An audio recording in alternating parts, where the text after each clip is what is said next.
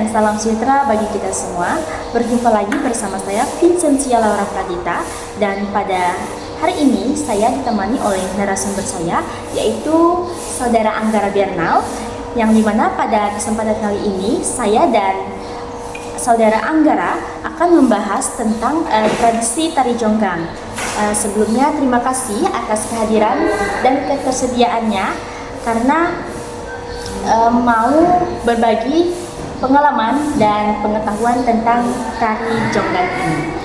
Baik, sama-sama. Saya juga mengucapkan terima kasih karena saya merasa senang dikarenakan masih ada anak-anak muda yang masih ingin mencari tahu tentang tradisi jonggrang.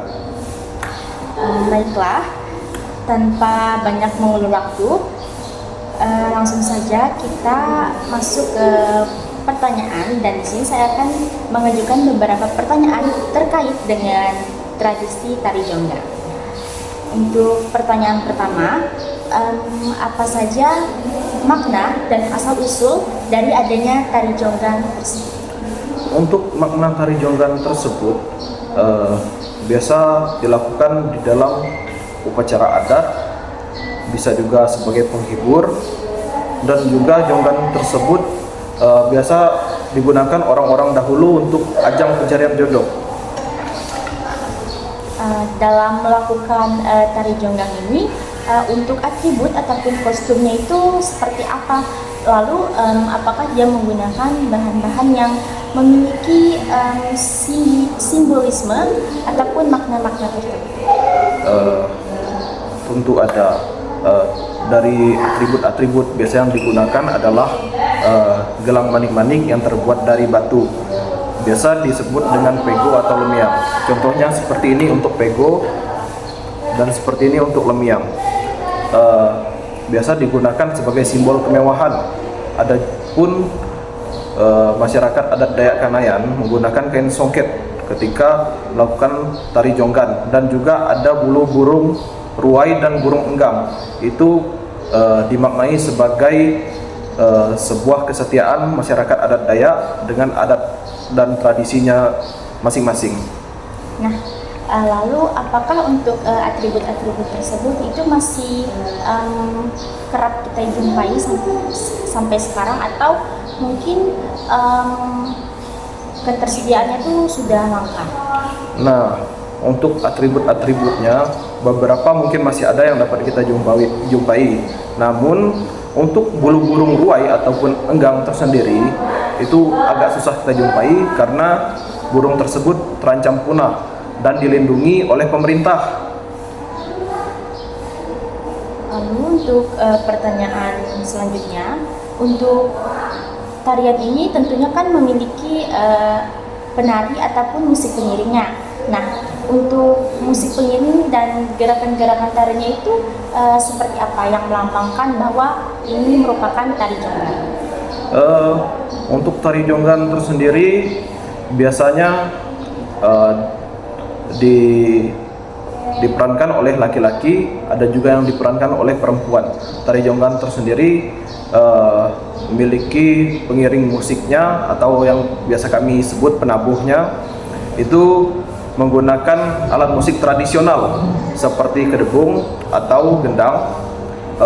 Ada juga gamelan atau dau, ada kelenang, ada juga alat musik seruling dari bambu, dan ada gong Dayak atau biasa yang kami sebut tawak. Baiklah, lalu untuk pertanyaan selanjutnya, di era digitalisasi, modernisasi saat ini kan tentunya di samping budaya-budaya yang ada di Indonesia, tentunya ada juga pengaruh-pengaruh budaya luar yang masuk. Nah, untuk tradisi jonggrang ini tersendiri, apakah tradisi ini terpengaruh oleh perkembangan zaman, dan untuk kelestariannya itu apakah masih dilaksanakan hingga saat ini? Untuk tari jonggrang sekarang mirisnya sudah agak kurang karena adanya budaya luar yang masuk ke Indonesia, sehingga anak-anak muda zaman sekarang banyak yang tidak mau belajar dikarenakan budaya luar tersebut. Mereka akan lebih sibuk dengan budaya luar, fashion dari luar, sehingga jonggrang sekarang makin terkikis dan yang belajar hanya beberapa dan orang tua saja. Lalu menurut Anda, cara atau upaya apa yang dapat kita lakukan untuk tari jonggam ini tetap terjaga kelestariannya? Ada baiknya memperkenalkan tari jonggan ini kepada kaum muda masyarakat Dayak, karena anak-anak muda sekarang terlalu terpengaruh oleh gadget, dan ada baiknya untuk kesenian tari jonggan bisa dibuatkan seperti konten ataupun video-video seperti short movie, sehingga anak-anak muda tertarik untuk menonton dan tertarik untuk belajar. Baiklah, kita masuk ke bagian akhir. Apakah Anda ada pesan ataupun hal-hal yang ingin disampaikan terkait tradisi-tradisi yang ada di daerah kita agar tradisi-tradisi tersebut dapat terus lestari dan terjaga keutuhannya?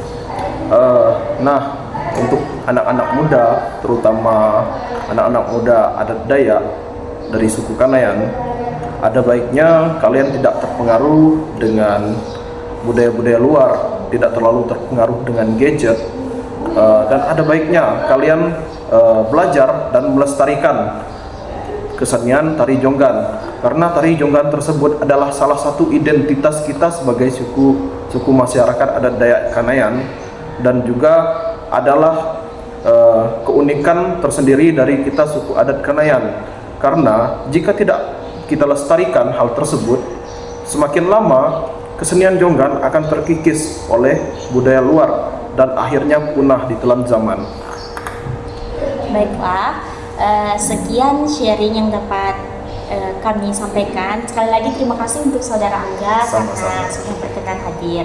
Baiklah, sampai jumpa di lain kesempatan. Semoga apa yang kami sampaikan pada hari ini dapat berguna bagi kita semua. Terima kasih.